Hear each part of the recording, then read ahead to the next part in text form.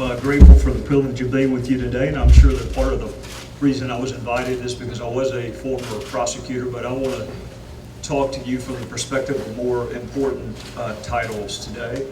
Husband, father of a daughter, brother to 3 sisters, son to a living mother.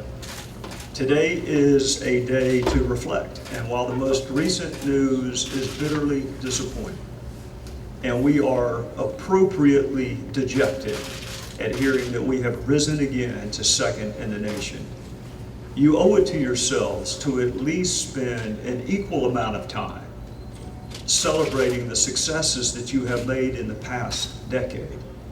Some of you may not remember, so I will walk you back to the time in this state when people, even in the highest echelons of power, belittled domestic violence, told jokes at the expense of domestic violence, told jokes at the expense of victims of domestic violence.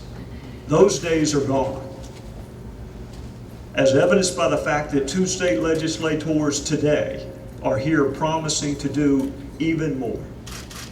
You have succeeded in getting the people in echelons of power in this state to take the issue more seriously. There was a time within your service in this arena where women had to represent themselves in criminal court. Imagine asking a burglary victim to represent himself or herself. Imagine asking a sex assault victim to represent himself or herself.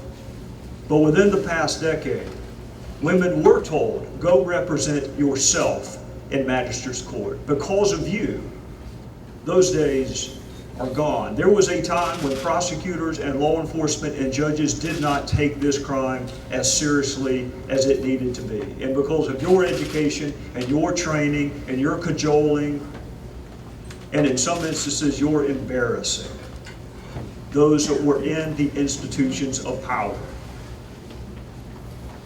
we are making progress in South Carolina. Today is a day to encourage the slow walk towards change. We can change the law in a day.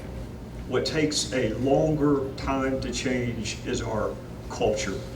So I want to speak to the men for just a second, because among the other things that South Carolina does not lead in, we do not lead in women being in positions of political power. In fact, we may be last in the nation. So it is men who predominantly make the prosecutorial decisions. It is men who predominantly set bond in these cases. It is men who predominantly legislate in these areas. And most significantly, it is men who lead the congregations and the synagogues that decide whether or not to treat this as a family matter or a crime.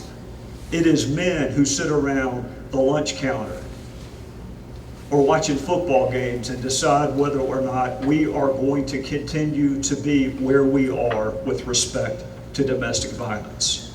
And today is a day for us to lead. I love this state. I hope my daughter comes back here. I hope my son comes back here. But we have a challenge. We have a stain on our collective soul. And I am asked from time to time, are you concerned with what others think about South Carolina? I could care less. I care what we expect of ourselves. What do you demand? Do you demand to live in a state that does a better job? Do you demand to live in a state that is not second in the nation in men killing women? So it's a time to reflect. It's a time to encourage. It can be a time to lead. Why would we not be a leader in safety among women?